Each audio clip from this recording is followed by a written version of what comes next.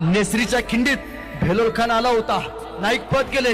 राव, ओ प्रतापराव, तो भेलोल नेसरीच्या खिंडीत आलाय. राव, बंदोबस्त करा, नामी संडे. प्रतापराव गुजर उभा राहिले. कोण येणार? उभा राहिला विठोजी शिंदे. उभा राहिले 7 मराठे घोड्यावरती बसले. ना परवा केली जीवाची, ना परवा केली घरातल्या बायकांची, परवा फक्त स्वराज्याची.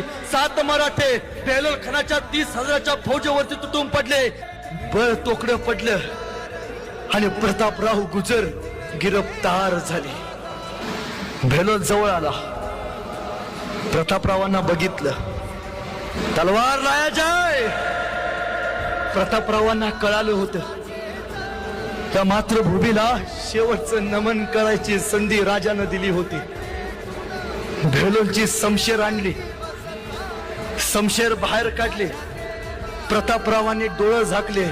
महाराज,